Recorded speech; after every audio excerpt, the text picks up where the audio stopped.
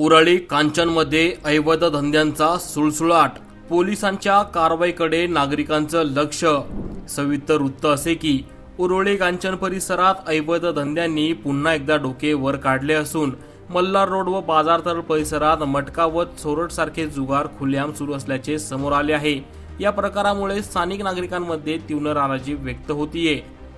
विशेषतः तरुण पिढी या अवैध जुगाराच्या विळख्यात अडकत असल्याची गंभीर बाब पुढे आली आहे। अनेक कुटुंबांचे संसार उद्ध्वस्त होत असल्याचं नागरिकांचं म्हणणं आहे। यामुळे या प्रकाराला आळा घालण्याची मागणी जोर धरू लागली आहे। एवढ्या मोठ्या प्रमाणावर हे अवैध व्यवसाय नेमके कोणाच्या आशीर्वादाने सुरू आहेत याची सखोल चौकशी होणे आवश्यक असल्याची मागणीही नागरिकांकडून व्यक्त होतीये। या पार्श्वभूमीवर संबंधित यंत्रणांवरही प्रश्नचिन्ह उपस्थित केले जात आहेत। दरम्यान या अवैध धंद्यामुळे परिसरात गुन्हेगारी वाढत असल्याचीही चिंता व्यक्त केली जाते। चोरी, भांडणे यासारख्या घटनांमध्ये वाढ झाल्याचे स्थानिकांचे म्हणणे, त्यामुळे तात्काळ कठोर कारवाई करून या प्रकारांना आळा घालावा अशी मागणी नागरिकांकडून व्यक्त केली जाते।